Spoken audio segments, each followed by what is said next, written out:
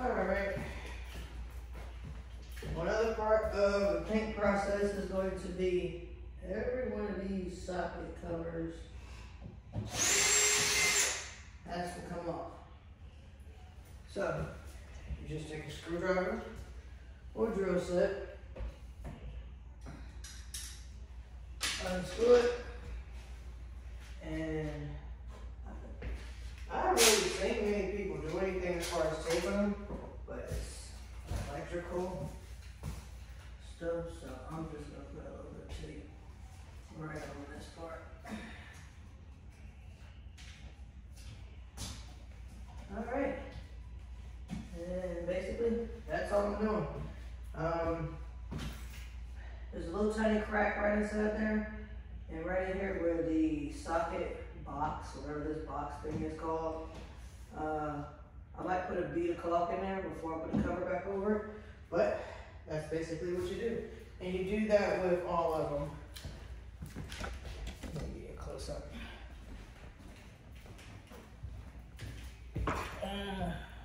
Kind of see that?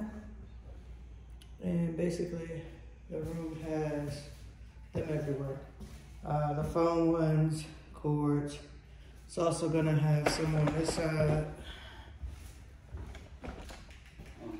There's a plug piece there, and there's one there. Air freshener has to come out, and the light switch. You pull that off too. Alrighty. And they're very easy to come off. I'll show you with this switch. Screw a little bit. Screw a little bit. And you can probably just take the cover right off with your hand.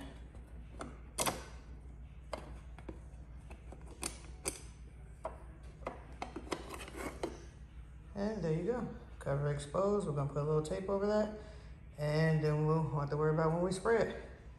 And the cracks I was talking about over there, see how this has a little bit of cracking? Well, it looks like the caulk broke down in there. Let's see if I get it closer. That's what I'm talking about. You can definitely see it right here. Right there. I'm going to re-caulk all of that. This way, I can keep the little buggies out. There's a close-up of what I'm talking about. Just take a little strip of tape, put it right over your electrical socket, right after you take the cover off. So I got a little patching plaster. This room had a lot of deer heads in it. So basically, take a little bit of that, put a little bit up there, skin it up there. Wait a few minutes, like 30 minutes.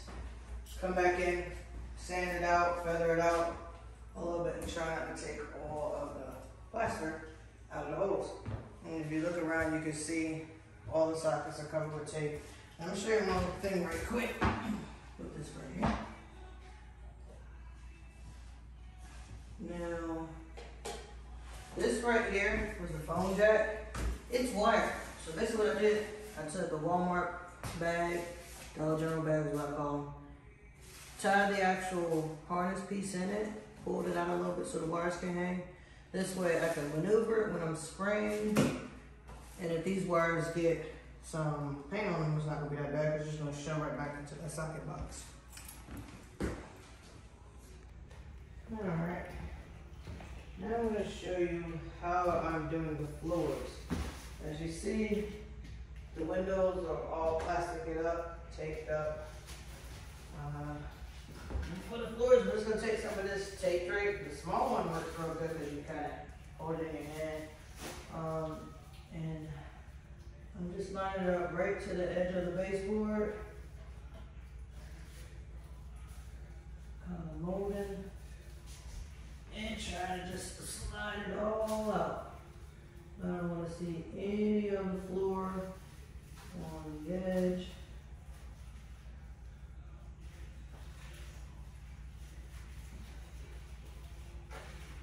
And just unrolling the tape drape as I go. I'm taking my nail and finger and following it around the edge of the floor.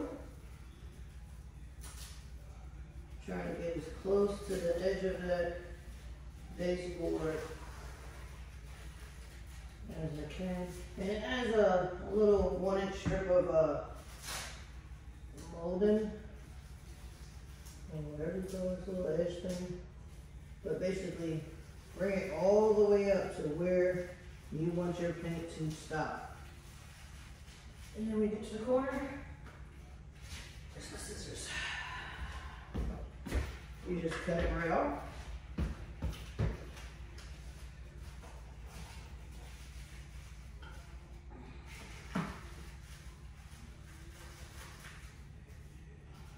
Down there in the corner.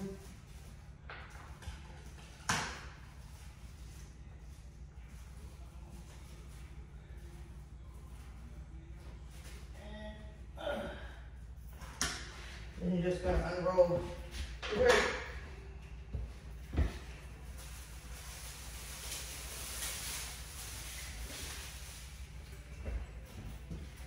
As far as this vent, I didn't cover the vent yet. That floor vent, I don't know if she's changed them out, put new ones in, or if she's going to paint them. I figured that out in accident. What she wants to do with those. But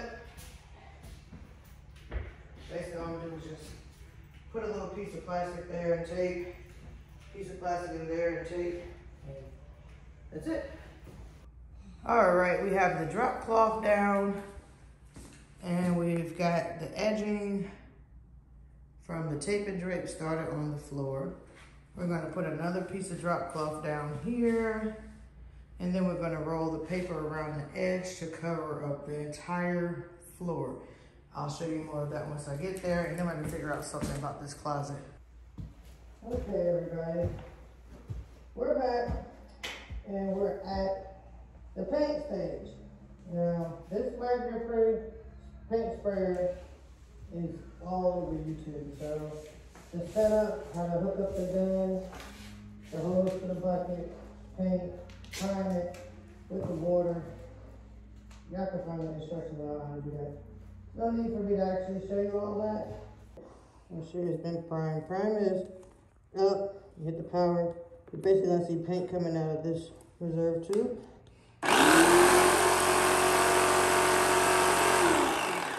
And that's paint flowing. You switch it over to a spray, and that's gonna be your spray gun. Kind of looks like this. There's a trigger, so you can actually engage the handle. There's a lock switch, doesn't engage. We're gonna, all right, make sure you get paint coming through. So it's locked, you unlock the handle. You have it switched over to spray gun. You turn it on. You will hear it actually load. The motor will go off. And you just depress it. And you can see.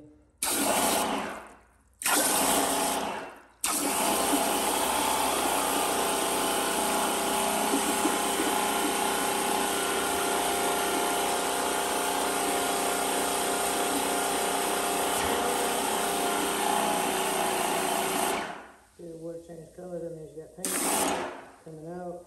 Now, this tip is sprayed this way. That's the way you use for clearing it. You turn it forward when you're ready to spray. It has different fans you can do, left and right, up and down. I'm going to actually probably do. Alright, everybody, get it all set. Did a test spray, got paint all over the spray, so now I know it's ready. I did tilt it, so my fan can be a little like that. But basically, we're just going to spray everything.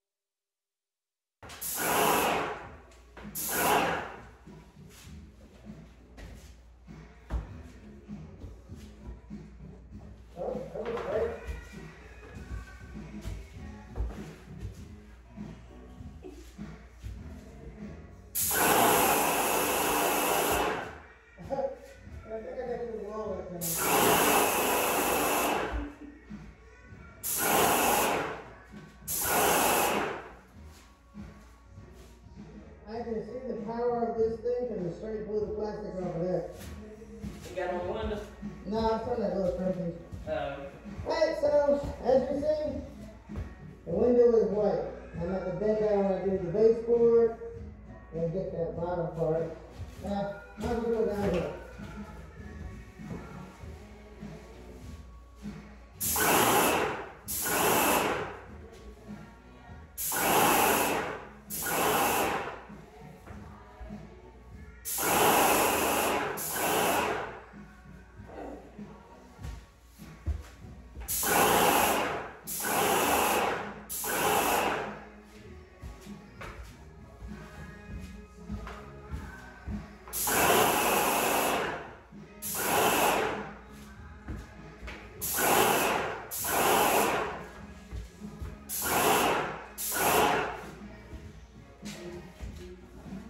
To give you an idea, put this down real quick now.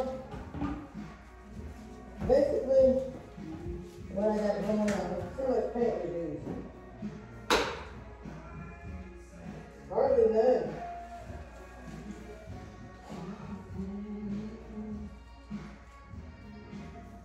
Cool. Now the paint up here. Alright. Here, here. What was wood is now white. And it's supposed to be 2 coats of primer. I'm gonna call that my first coat. Even though I shut it like 4 times. Whew. Oh, I can smell it. Wow, it smells good. Do look good. The vent, she said she's gonna change out to a new vent. So if I get paint on it, doesn't matter. But here, let me show you. The overspray, maybe 5 inches. Look at the trim. Maybe 6 inches off the fan. You can tell on the window how much extra paint went there. This tip came with this sprayer. I probably could have got another tip that would actually, because this is a 5-inch spray fan. It's supposed to hold the gun about 10 inches away from the actual thing you're painting. So you're looking at 5 and 5, 10 inches away. So you may be looking at about a 10-inch, 12-inch spray, air spray pattern. So if you're kind of trying to do just a little tiny trim, I think you got to go with a smaller tip. But me, if primer gets on the wall, it doesn't really matter to me. When I go to shoot the paint's going all over the wall, it's going all over the primer, so that's not gonna matter to me. Now, if you were trying to be more, I guess, get just maybe like, you know, round shoe molding or the little round molding, you might want to use a brush that, or a roller. But that took maybe, I don't know, 5 minutes. And the window's done, and the first little bottom trim's done. I'll have to climb up there to do the ceilings, and I'm gonna wait to do that, but that was fun. Now let's shoot the rest of this stuff. Hey y'all. So this is the living room. Got about 2-3 coats of primer. Just gonna come back in with the primer again.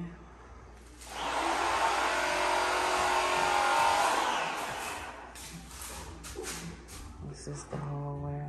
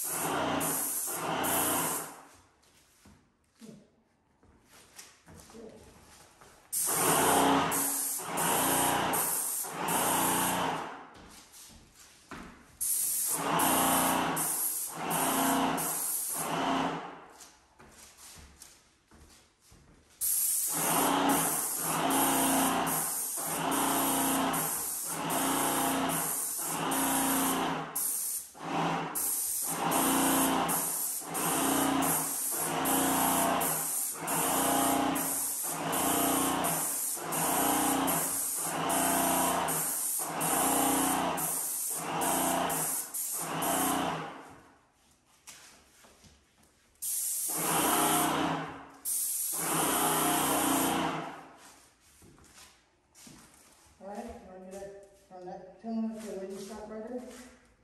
Huh? Yeah. Go from that corner all the way to where you stop. Get the pound top one. So go back this way? Yeah, you go where you stop, over there. There you go. There you go.